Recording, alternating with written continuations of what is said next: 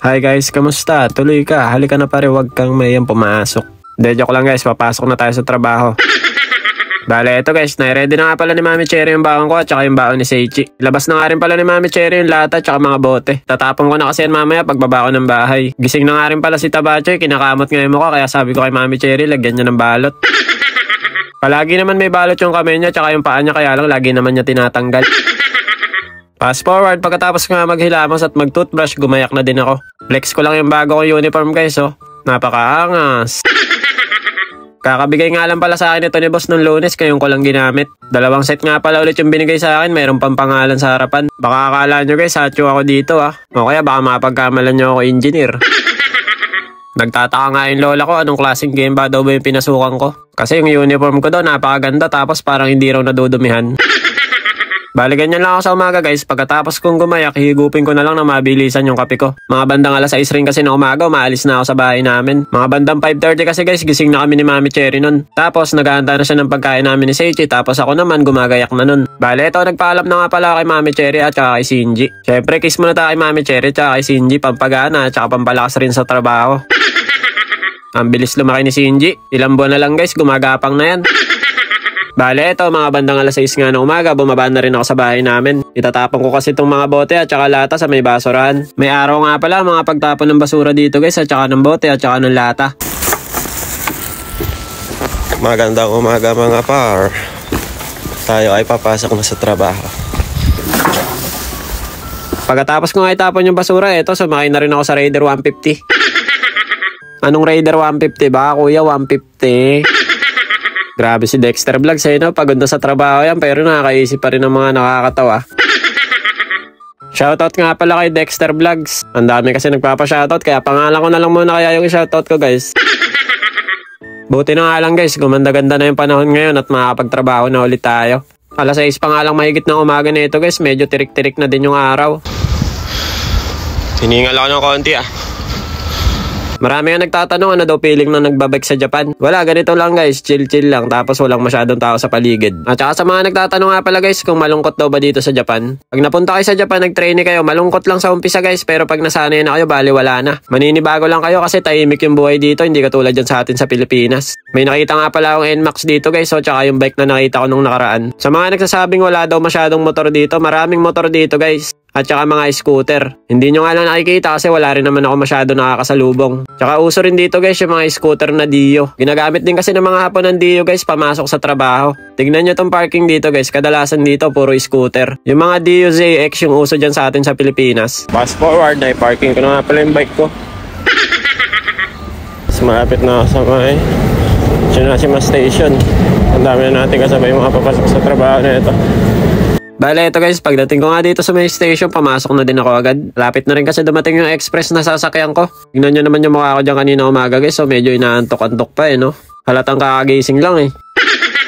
Medyo crowded nga kanina guys, kaya nakatayo lang ako pagkasakay ko. Fast forward, nakababa na nga pala ako ng train at dumaan ako dito sa may 7-Eleven. Kape nga lang yung binili ko dito guys kasi may hinahabol din akong oras ng train. Sa loob ng station guys, kabi-kabilaan din ng mga convenience store dito. Kaya kapag ka talagang wala ka ng oras sa umaga, dito ka na lang talaga mapapadaan sa mga convenience na to. Pansin ko nga pala guys, no, marami nga pala bumabata sa akin kapag ka bumibili ako ng mga kape sa vendo machine. Bakit bili ka ng bili dyan? Napakagastos mo naman. Eh bakit mo naman kasi pinapakailaman yung buhay ko? Ako naman yung nagtrabaho sa perang ginagastos ko.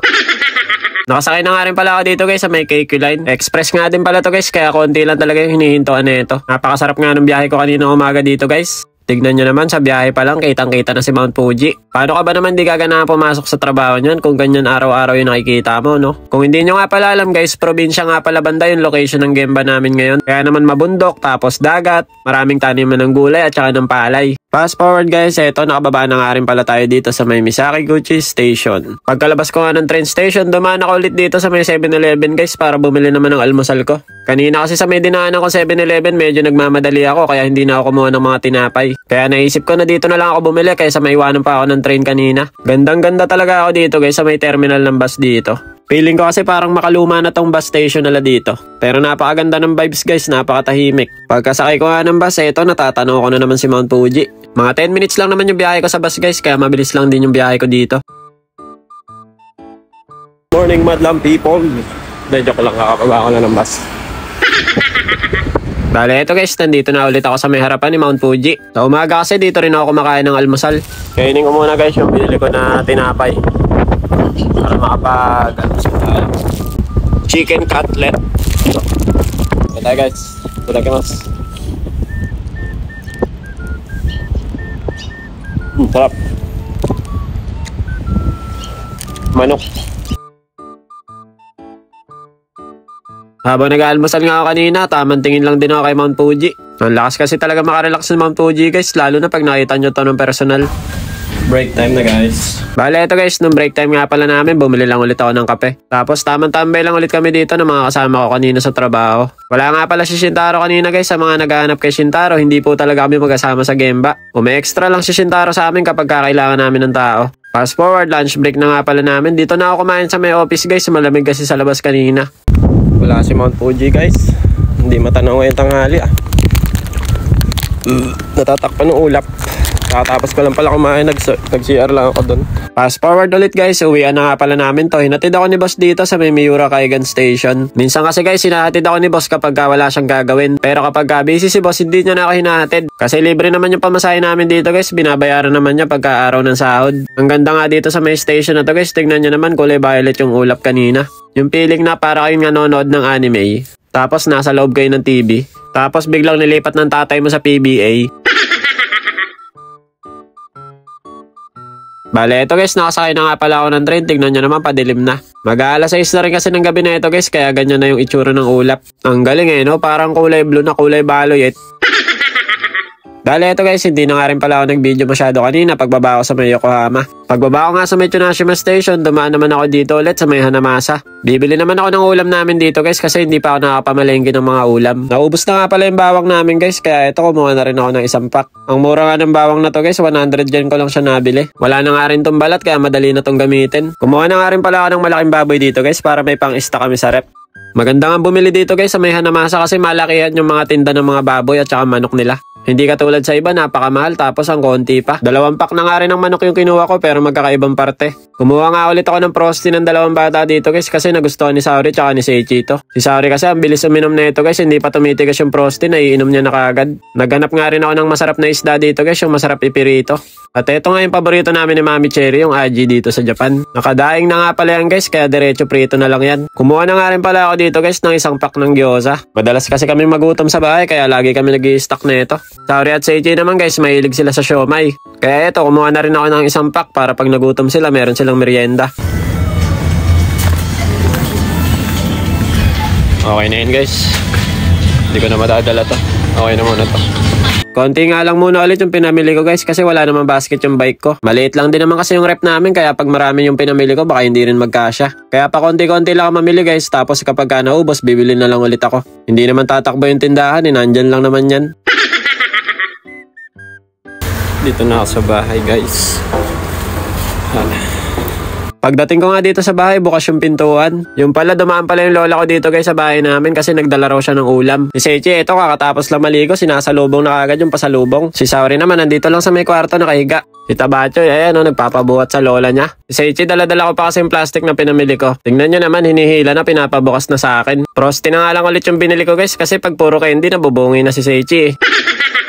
Kasalanan ko din naman kasi laging matamis yung mga uwi ko. Kaya next time iisip ako ng pwedeng maiuwi sa kanila bukod sa candy. Siguro mga biskwit na lang tsaka mga tinapay muna. Bale eto guys, sabay-sabay na nga rin pala kami kumain bago umuwi yung lola ko. Nagdala nga pala yung lola ko ng kaldereta at tsaka ng chicharon kaya hindi na kami nagluto kanina. Namiss ko nga itong chicharon guys kaya ito yung inulam ko kanina. Mas naiulam ko pa nga yung chicharon kaysa sa may kaldereta. Tara kain tayo guys. Itadakimasu. Kaya naman pa nga dito sa may chicharon na to guys, malambot. Kaya tamang-tama kanina naiulam ko sa may kanin. Masarap din sana to kung may kapares na itlog na pula tsaka ng kamatis. Taob talaga kaldero ng par. Si Saori at Seichi nga nasubukan na rin ni Mami Cherry. Kaya si Seichi kinain na rin niya yung 2 pasalubong sa kanya kanina na gumi. Bale yung lola ko nga pala kanina guys, pagkatapos namin kumain umuwi na rin siya. Dumalaw lang talaga yan sa bahay tapos nagdala lang ng ulam. Meron daw kasing may birthday sa trabaho nila kanina tapos umorder ng ulam. Kaya yung sumobra kanina yung natira dinala niya sa bahay namin. So hanggang dito na lang muna guys. Sa live na lang muna ulit ako magsha-shoutout. Grabe kasi yung nagpapa-shoutout, 350. Para walang bias, next time na lang ulit ako magsha-shoutout. Sa may live na lang muna ulit siguro. So paano, hanggang dito na lang muna.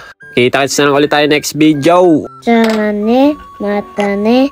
ありがとうささざまいます。ニック、ニック、ニック。 Bye-bye!